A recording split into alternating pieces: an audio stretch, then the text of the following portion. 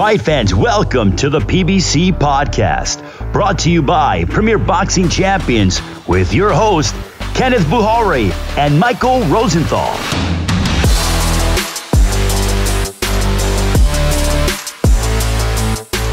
Welcome everyone to the PBC Podcast. I'm Kenneth Buhari. I'm Michael Rosenthal, editor of USA Today's Boxing Junkie. I want to thank you guys, of course, for joining us. And speaking of joining us, Isaac Pitbull Cruz and Elijah Garcia will be part of today's show and part of that stacked March 30th PBC card. We're now only 1 month away from our first ever PBC on Prime Video event. Mike, looking at that card, I mean, both the prelims on Prime Video as well as the pay-per-view portion, which fight on the card excites you the most? Well, in terms of just like straight action, just a fight that's going to be the most fun to watch, in my opinion, would be the Fundora-Bohachuk fight, Sebastian Fundora versus Sergey Bohachuk. I can start with Bohachuk. You know, all 23 of his victories have come by knockout, you know, which I think reflects both his style, which is just an absolute seek and destroy. He's that kind of guy, and his punching power. He's just a lot of fun to watch. And we know, you know, he can also be stopped, as we saw against Brandon Adams in 2021. He got caught by a couple of just monster left hooks and he couldn't continue. That adds to the intrigue, you know, when you know that a guy will either score a knockout or get knocked out. You know, that's one of the things, if you recall, that made Thomas Hearns and Terry Norris so much fun to watch. You knew there was going to be a knockout. You just weren't 100% sure who was going to get knocked out. And Fundora isn't so different. You know, first you have his height, which makes him interesting every time he fights. He's also an aggressive, powerful guy. And we know that he too can be stopped, you know, so I couldn't be more confident that this fight is going to be just wild and it will not go the distance. Yeah, I agree. I think that is definitely one of the best fights of the card. I have no idea what is going to happen in that fight. You know, you've covered boxing for 30 years. In your experience, how often do fighters bounce back from the kind of loss that Fundora endured? You know what? It's hard to quantify. I think the thing is it just depends on the guy. It depends on the just the makeup, the character of the guy. You know, yeah. if he believes in himself, he can bounce back. If he's fragile, if his psyche's fragile, I mean, that could be something that you never come back from, right? If you're asking me for a sense of Fundora, I love the way his dad handled that. He said, "Listen, this is what happens in boxing. You know, let's get back to work, and everything's going to be okay." So in his case, I think the character's there. I think he'll be okay, but we'll find out. You only know when you see what happens. But I've seen guys go both ways. So it all depends on the character. Yeah, I agree with you. So have I in my experience. And I don't know if Bohachuk is that guy or not. How good is he in your opinion? He's a brawler. He knows what he's doing. He's got a good amateur background, you know, Ukrainian guy, one of those guys. He's not, you know, the boxing wizard that, you know, Usyk and Lomachenko are, but he's a good boxer and he's got this, again, really fun style, and he's got the power to back it up. I think he's a good fighter. And this fight's going to, you know, say quite a bit about him too, I think. Yeah. We'll see what he has, but I mean, I like what I see from the guy. He's certainly got something. Yeah, you gotta love it. You gotta love the 154-pound weight class too. I mean, it's a gift that keeps on giving. It never stops, and there's so many great fights that can be made there. And speaking of great fights that can be made there, I think I'm certain, 100% certain, that the fight that excites me the most on this stacked card is the headliner, Keith Thurman versus Tim Tszyu. You know, when you have a card that's as stacked as this one, and I believe this is one stacked card. I believe this is going to be all action. I mean, I think from the prelims throughout, you just look at the matchups. But when you do have stacked cards like this, folks tend to forget why the main event is the main event. I mean, in Thurman and Tszyu, you've got to fight with, you know, an outcome that could have a major impact on the sport. And then you've got a classic style matchup, rising star versus accomplished veteran, two prideful fighters. All of that excites me. I mean, not to mention these guys deliver action almost every time out. So I feel like this is guaranteed to be a tremendous fight. And what if Keith Thurman shocks the world and beats Zoo? I mean, what a story that would be. Could you just imagine? One time talking his talk, calling out Terrence Crawford or Errol Spence or Jamal Charlo, who knows? But think of the great possible fight that could lay ahead. Or what if Tim Tszyu really does take over Sin City that night and shows the world that he has what it takes to be, the new king at 154? What if a star is born? So I look at it like this. Keith Thurman knows what the mountaintop looks like. This may be his last chance to get there again. But with a win on March 30th, he puts himself right back in position for a super fight. I mean, it's so close he can taste it probably. And that's sort of the attitude I've seen from him, from the press conference to social media. And on the other hand, Tim Tszyu came to this country because he wasn't satisfied, being the best in Australia, fighting in front of big crowds, but not reaching for the sky. And the sky is what he's reaching for. He wants to become a star. So you look at everything that's on the line here. These guys aren't going to come in to lay down. Not a chance. This means everything to both of them. So for me, without question, I would say Thurman Tszyu is the fight that excites me the most. I feel like Vanessa Williams saved the best for last because fight fans are going to see great action topped off by that main event. Yeah, that's obviously a good choice, and you covered pretty much everything. One, the magnitude of the fight. It's just a big, big fight, as you said. Yeah. And that in itself raises the level of intensity, if nothing else. That's the foundation. Second, as you mentioned, they have two really good storylines. Tszyu is the hot young guy, Thurman the veteran trying to prove he can still be a player. And then three, you cover this too. These guys don't come to run around. They're both really skillful, but also they do what it takes to hurt the other guy, which is the basis of an exciting fight. Guys who take risks. These guys, they certainly aren't reckless, but they take the risk necessary to hurt the other guy. It's going to be a lot of fun. It really is, especially when you factor in the magnitude of the fight. Huge fun. It really is. I can't wait. And I can't wait to see, how the storyline sort of unfold from there. But it's going to be a great night. Let's bring in our first guest. He headlines the first ever PBC on Prime Video card Saturday, March 30th, ahead of the big pay-per-view on that same card, the 2023 PBC Prospect of the Year and a rising undefeated middleweight contender, Elijah Garcia. Elijah, 1 month away from the big fight. How has camp been thus far? It's been good. It's came quick. It doesn't, to be honest, doesn't really even feel like camp because I've been in the gym for a long time now. I've been in the gym probably since like December, and I've stayed in shape. And we're 5 weeks away, and we still got a long time. And I think it's perfect because there's a couple things we could still work on, and we're still 5 weeks away. The weight's perfect. I'm in shape. I'm doing the rounds. I'm doing the miles. So, I'm feeling really good. When you say things you can work on, do you mean like things specific to this fight or just improving your all around, Just improving my all around, just getting better, just working on my craft. How excited are you to be headlining the first ever PBC on a Prime Video event? It's a really big, it's a big opportunity, and it's a huge blessing. I'm real blessed to be able to do it, and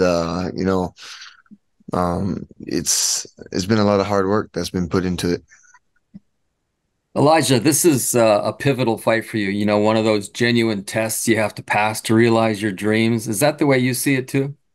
Yeah, 100%. Look at my past three fights have all been real tests. Here's another one, and I think this is something that keeps me on my toes. Having another 50-50 fight, and I think that's going to give me the experience I need to take over to the ring when it's time to fight for another world title.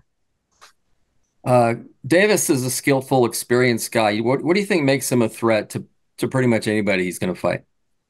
None. He has the experience, and he's been in there. He has good rounds. He has good experience, and he's a real good counterpuncher. He has 3 losses, but he has a draw. He has a draw with Anthony Durrell. I mean, he lost to Benavidez, you know what I mean? And his other loss, he has two more losses, but those were when he was younger. So he's still a real threat, and he's a real good counterpuncher. So I just gotta stay on my feet, stay on my toes, and be prepared for whatever happens. Do you study tapes of him, or does your team do that? What was that? Do you study tapes of him, or does your team do that? Usually my dad does, but I do as well. That's like when I gotta know what I'm getting myself into. Like just the other day, I knew he was really good, and I didn't think like I knew he was really good, and I watched the tape of him, and he's a lot better than I thought he was. I seen him. I was watching tape, and he's really good. So I got to be ready. What kind of fight are you expecting out of him? To be honest, we're not sure because we've seen him box. He can move around the ring really good, and he could also stand right in front of you. So, I mean, we're not sure what we're gonna get. So we just got to be prepared. At the virtual press conference, you asked him, you said, "Why do you think you can beat me?" Or something to that effect. What made you ask him that? Well, he had said, he is gonna win and he will win, and that's really confident. I don't know. I'm not the type of person to be like, I'm gonna knock you out. I'm gonna kick your ass. I'm gonna do this. You know what I mean? And that's what makes him. I wondered why he felt so confident, and he didn't really give me a clear answer. So, uh, Well, to follow up on that, you said that it's not about you as much as it's about him and his potential. What did you make of that? it's not about me.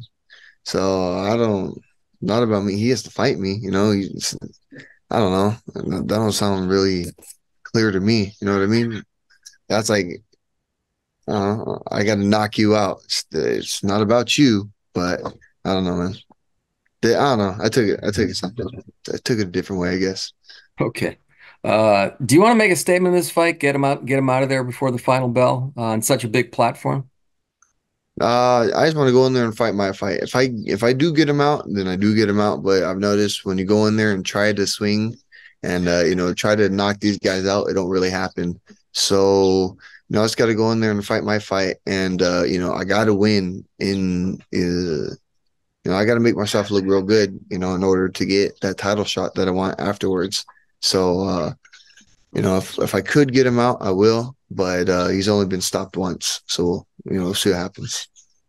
Switching gears for a second, you come from a fighting family. Your father, your grandfather, were both boxers. Can you talk a bit about their careers and what it was like for you to see them? Um, you know, growing up, I kind of grew up in the boxing gym. Growing up, I remember seeing my mom's brothers also fight in the boxing. So I remember boxing's just always been around. Boxing gloves has always been in the picture. I remember being 3, 4 years old, watching my dad in the gym train. Watching my grandpa always hold mitts for people. You know what I mean? And I didn't really get into boxing until I was about 11, 12 years old. And when I did, it was kind of crazy because at one point, my dad and my uncle were the face of boxing in Arizona. And it's kind of cool because now I see myself becoming that face of Arizona. And their careers, my grandpa had about 36 pro fights. He won the California State Championship. And my dad, he was really a much better amateur.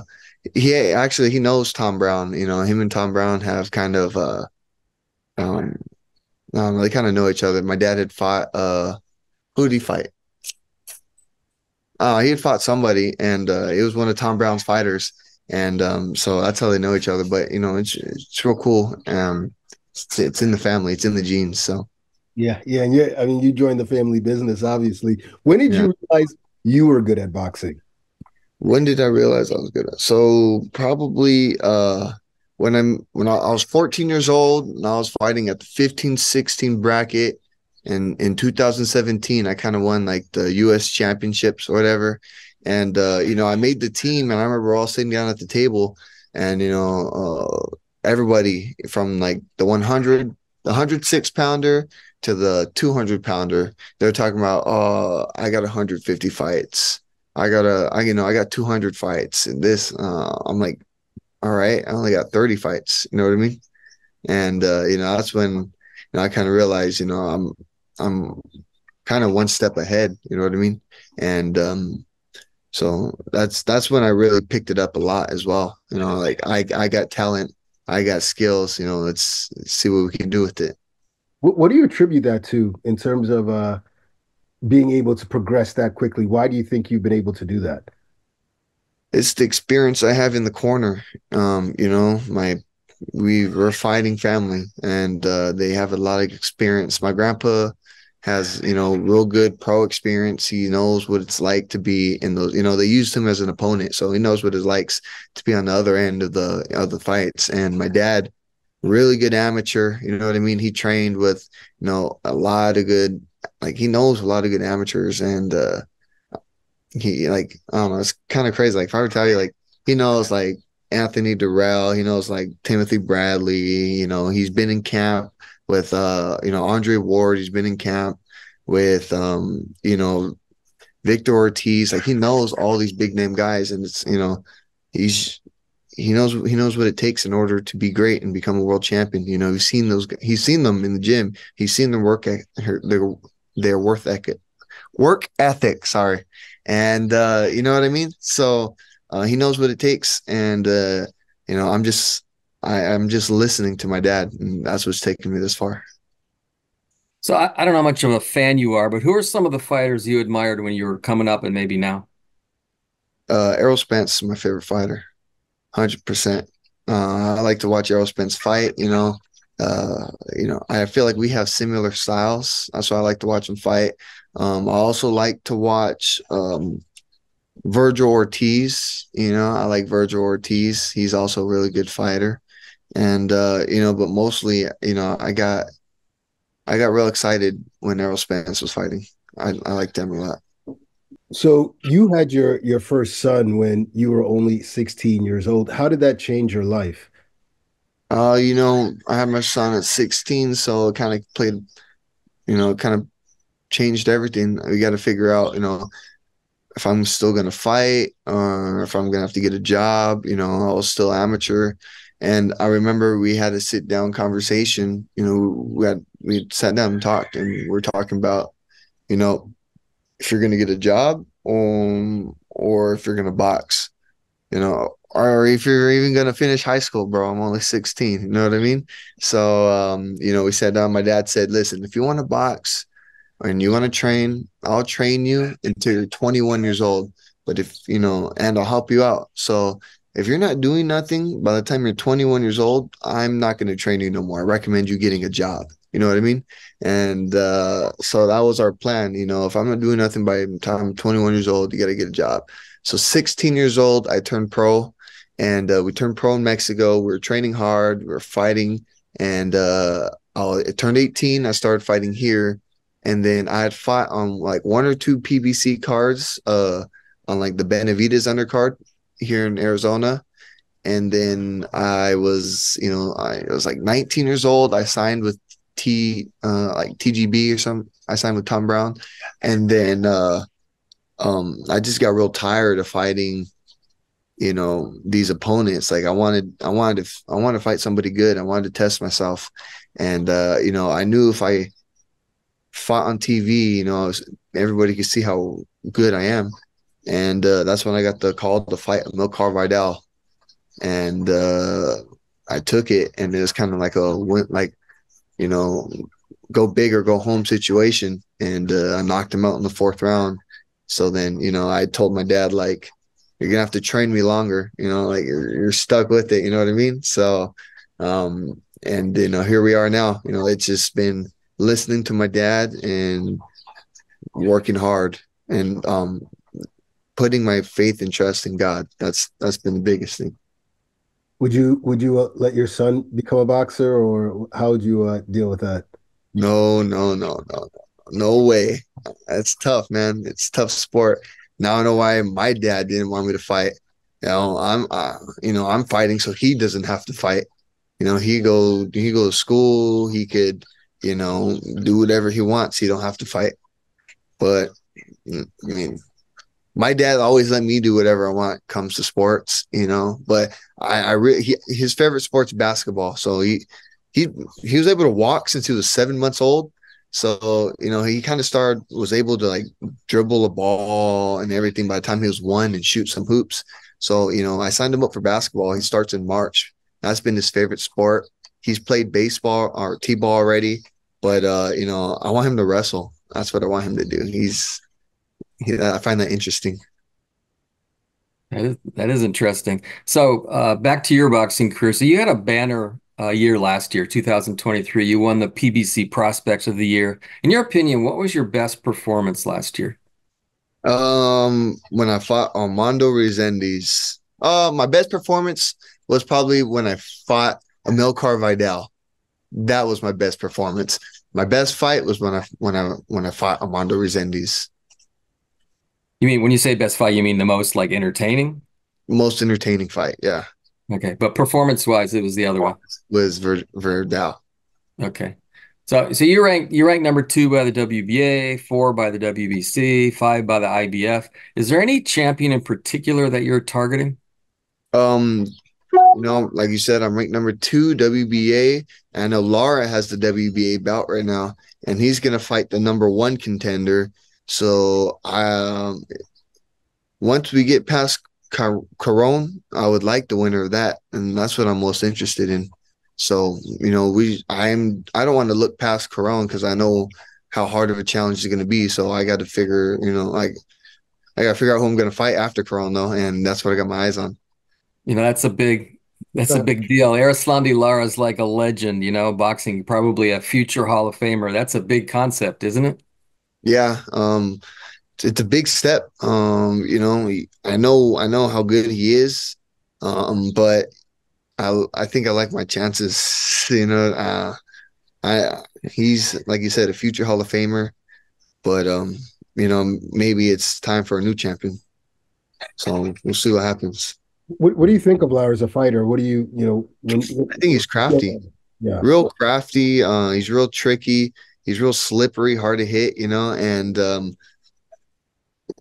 I think he's a good combination puncher. That's when he does best. But he's still real dangerous, no matter how old he is. And so we'll see what this number. I've never seen that number 1 contender dude fight. I think his name is Zarafa or something. Zarafa. Yeah. I've never seen him fight before, but Lara's good. So we'll see what happens. Well, getting back to you, March 30th. How does it go down? Do you see it ending inside the distance? I see it going the distance. Yeah. You see it going the distance, you said? Yeah, I see it going the distance with Caron. I just got to figure out how he's going to come out. That plays the biggest factor. It'd be a lot easier for me, if he wants to come out boxing. But if he wants to stand there, if he wants to stand there, I think it'd be a little bit tougher. But we'll just see what happens. I plan on just breaking them down and dictating the pace. So sounds good, man. Elijah, thank you as always. We wish you nothing but the best. Look forward to seeing your fight on March 30th. Thank you. I appreciate it, guys. It's Saturday night, and I'm itching for a fight. Boxing superstar Keith "One-Time" Thurman steps up to take down a rising star. But undefeated champion Tin Tszyu has other ideas. One time? Nah, it's my time. Plus, world champ Rolly Romero never minces words. Pitbull, all bark, no bite. But Mexican powerhouse Pitbull Cruz is ready to silence the trash talker. Saturday nights are made for fights. Live on PBC pay-per-view on Prime Video. It's time for Mike and I to go toe-to-toe, and this week's question is, who will be the comeback fighter of the year? It's a big year for a lot of boxers, a lot of guys looking to get back in the win column or remind fans why they are so highly regarded. So, Mike, what do you think? Who will become this year's PBC comeback fighter of the year? So I'm sort of prefacing this by starting this way. So I'm really curious about the future of Errol Spence Jr., who, you know, took a pretty bad beating in his loss to Terrence Crawford. He's just so talented, though. I have a feeling he has more to give. I think the same about Demetrius Andrade, but my choice here is Jermell Charlo. Charlo had no choice but to take the fight with Canelo Alvarez, you know, even though he was moving up from 154 to 168 to fight a future Hall of Famer. You know, that was as daunting as it sounds. But you just can't pass up an opportunity like that, particularly in terms of the money. You just won't make that kind of money, you know, against anybody else. It didn't work out well. Alvarez nearly shut him out. You know, the first time in Charlo's career that he was dominated like that, you know, it's a humbling experience to have the whole world see you at your very worst. And that pretty much is what, you know, Charlo experienced in that fight. He didn't take a physical beating so much, but emotionally, that kind of setback isn't always easy to overcome. I think he will, though. You know, he can legitimately tell himself that he took an enormous risk that just didn't pay off, you know, which should help him, you know, in terms of his confidence. He knows what he could do at 154 pounds, and so do we. I really believe that he's going to pick up where he left off before he tangled with Alvarez. We might not even have seen the best of Charlo in the ring as of right now. The question is, who does he fight? Maybe he fights Terrence Crawford. Who knows? But I think that this is going to be a big year for Charlo. I think he bounces back. Well, if you were managing him, who would you have him fight next? I don't think that loss to Alvarez really will have damaged his psyche that much. I would jump right into a fight with Crawford if that fight can be made. Yeah, I really would. I think that Charlo knows exactly what happened in that fight. He was just too big. You know, a combination of the size and the ability was just too much. It was a big swing and he missed. Yeah. I'd jump right into Crawford. I mean, what better way to come back than to fight Terrence Crawford and beat Terrence Crawford? I mean, then everybody forget about the previous fight. Yeah, I agree with you. I don't think there's a need for him to take a backward step or to try and build himself back up. I think we know who he is. I mean, people tend to forget, but this guy was ranked highly on pound for pound list prior to moving up, you know, God knows how many pounds in two weight classes to fight Canelo Alvarez. So I agree with you. Even the Thurman Zoo winner, I would like to see Jermell against one of them. And look, if he decides to come back at 160, there are a bunch of names over there as well. So I would jump right back in there. And I think that makes him a great candidate for comeback of the year. His brother, too, Jermall Charlo. There are a lot of candidates in this category. Keith Thurman is one. Sebastian Fundora, two guys who we discussed earlier. You brought up Spence. You brought up Andre Deontay Wilder. But my choice for comeback of the year in 2024 is Caleb Plant. You know, I mentioned it on last week's show, but I really think Plant is one of the more underrated fighters in the sport. I mean, he can box, he can move, he's athletic, he's tough, he's got a good beard. And while he may not, you know, have Tank Davis power, he can bang a little too, you know. Is he perfect? No. Show me someone who is. But, you know, this is a guy that with two losses where he competed at a high level against two guys who are probably pound for pounders, you know, who may wind up in the Hall of Fame one day. I mean, we know for sure Canelo is, and Benavidez is on that track. Caleb Plant, to me, is an excellent fighter. I think there are a lot of makeable big fights for him in 2024. Jermall Charlo, Demetrius Andrade, David Morrell, Jaime Munguia, who knows? You know, but he's at least 50-50 in nearly all of those fights, at least. You know, I think Plant is polarizing, and that's a point in his favor because most big names are. But from what I see, he's an elite talent. He's a championship quality fighter. He also has one of the most entertaining personalities in the sport, and I expect him to make big noise in 2024. You present a strong case, but I need to be convinced when it comes to Plant. I have a lot of respect for him. I think he's an excellent boxer, and I think he's a real professional, too. I think he's one of those guys who's just 100% dedicated to the game. I just wonder whether maybe he's hit his ceiling, though. You know, he had the fight with Canelo Alvarez, and he came up short. He had the fight with David Benavidez, and he came up short. That might be his lot in boxing, you know, doing enough to get the big fights against the best in the division and then not quite getting over the hump. I don't know. I'll add this, though. You know, he might, as you alluded to, he might be able to beat everyone not named Alvarez and Benavidez, which means I won't be surprised if he wins another 168-pound title at some point. So yes, that would be a great comeback for him. But I just wonder whether he'll ever get over that hump and get to the very top.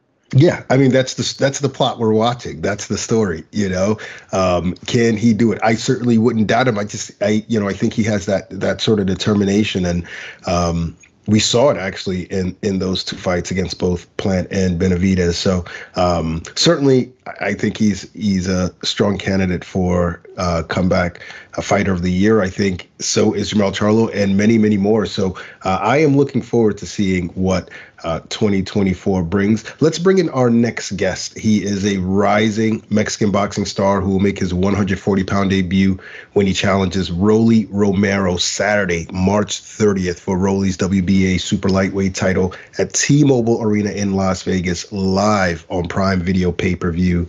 Isaac Pitbull Cruz. Isaac, how has camp been for your fight on March 30th? En primer punto, me siento muy contento, muy bendecido y me siento muy fuerte para este 30 de marzo. I feel very happy, very strong, and most importantly, very blessed to be in this position to fight on March 30th. How do you find sparring partners who can emulate Rolly's unique style? Pues no es un trabajo muy, muy difícil, sino es un trabajo completo que no nada más depende de mí, sino también de la parte de mi equipo de trabajo que está conformada por mi papá, los manopleros, el preparador físico y con la ayuda de Sean Gibbons, que es mi promotor, para poder encontrar a los rivales, en este caso, para poderme ayudar en el sparring y que sea una preparación satisfactoria la que nosotros necesitamos. It's not really that hard. The most important thing is that it has to be a concerted team effort where we are on the same page. With my dad, with the person that does my exercise regimen, with Sean Gibbons, my promoter, and as long as we can do that and we are all going towards the same objective, then everything goes the way it should. Isaac, this is another world title opportunity, this one in a new weight class. How exciting is that for you? Pues es una emoción muy grande. Nos sentimos muy, muy capaces de incursionar a esta nueva división y sobre todo de llevar un fuerte mensaje, un golpe duro a la división de quizá que el Pitbull Cruz también puede en 140 libras. We are very excited to go into this division. We feel ready to be able to not only go in, but to send a message to the entire 140-pound division that we are here to stay and that we're gonna hit hard in it. I'm guessing you've been dreaming of becoming a world champion since you were a little kid. Do I have that right? Sí, totalmente. Y ahora sí que ahorita que está la oportunidad no la vamos a desaprovechar y día con día estamos trabajando muy fuerte y sobre todo muy felices y con esa alegría que un mexicano, que un atleta de alto rendimiento como yo debe de tener. Totally. And, that's why we are not only working very strongly, but most importantly, very happy to be having this opportunity and to represent my country, Mexico, as someone that, that's going after it all. And I want to represent my country with pride. It looked like you were going to get the Ryan Garcia fight, but then that changed. Were you surprised when you got the call that this fight was happening? No me sorprendió porque no era un plan de inicio, pero sí era un plan que conforme fueron pasando los días del año pasado, pues se puso la carta sobre la mesa y bueno, nosotros no dudamos en poder tomar el reto y el riesgo y bueno, pues cuando se pudo concretar, pues nos pusimos a trabajar aún más duro y muy contentos. It wasn't plan A, but it wasn't surprising either. As the days went on last year and things became clearer, we started kind of seeing that it was fighting Rolly was a possibility. And then once it became a reality, we took things into another gear, and we're very satisfied, very happy to be able to go into this new challenge. You know, it's not easy to land these big fights, as you've learned. Has the waiting process been frustrating at all for you? Pues no hubo ninguno de esos puntos, sí hubo un tipo de desesperación por querer pelear, pero bueno, nosotros siempre hemos sido de la idea de que por algo Dios hace las cosas y por eso, por algo pasan también. Y bueno, que cuando llega pues un tiempo de inactividad o de espera es por algo y bueno, creo que nos ha dado esa respuesta a Dios y bueno, es una gran oportunidad por la que ahorita estamos trabajando y luchando. I wouldn't say that it was frustration or anxiety. It was more of a desperation and eagerness to get back in the ring and fight. But I realized that everything happens for a reason. God makes things happen for a reason. So and I realized that if things turn out the way that they turn out, it's because they're meant to be that way. So once I had that mindset, everything was more streamlined for me. Romero got stopped by Tank Davis. You and Tank had a great fight that went the distance. Does that mean anything going into this fight? No, yo me estoy preparando para hacer mi propia pelea con él, para descifrar mi propio estilo ante él, y yo me estoy preparando para llevarme la victoria el próximo 30 de marzo. No, I'm getting ready to have my own fight against Rolly, to decipher my own style against him, and to give fans a great show on March 30th. Romero said he's going to make it a quote-unquote Mexican slugfest. How does that sound to you? Pues me encanta que tenga ese pensamiento, es fácil decirlo, pero yo creo que el día de la pelea vamos a ver y ojalá lo pueda sostener y llevar a cabo. I love it. I actually love the fact that he's thinking that, but let's see if he actually goes through with it. Easier said than done. But if he does, bring it on. He also said that he's going to knock you out. What is your reaction when you hear that? Está bien, yo me estoy preparando por irme a morir a la raya y traerme ese campeonato a México. That's fine. I'm getting ready to go out there, fight life or death, and bring that belt back to Mexico. You know, he's obviously he said a lot of stuff. He called you a pug instead of pitbull. He said you're having a fat camp. What's your response when you hear that? Nada, yo no tengo nada que responderle. Yo el día de la pelea le voy a callar la boca a puro golpe. I have nothing to say about that because you know what I can do best? Shut his mouth, punch after punch after punch. What do you make of Romero as a fighter? Nada, es un bocón. I don't think anything of him. He's just a loudmouth. Okay. Obviously, you're moving up in weight for this fight. Did you hesitate at all to make that move? What was the thought process about moving up in weight? Pues es que lo que en sí nos llevó a tomar esta decisión fue que el panorama para una oportunidad titular en 135 se estaba viendo complicada, entonces pues vimos esta gran oportunidad y no dudamos en poder subir, siendo que también ya habíamos tenido anteriormente aquí en México distintas peleas en 140, entonces nada más era trabajar nuevamente para 140 y sin ningún problema. The deal was that, look, I wanted to headline at 135, but my team and I realized that those opportunities weren't there at the moment.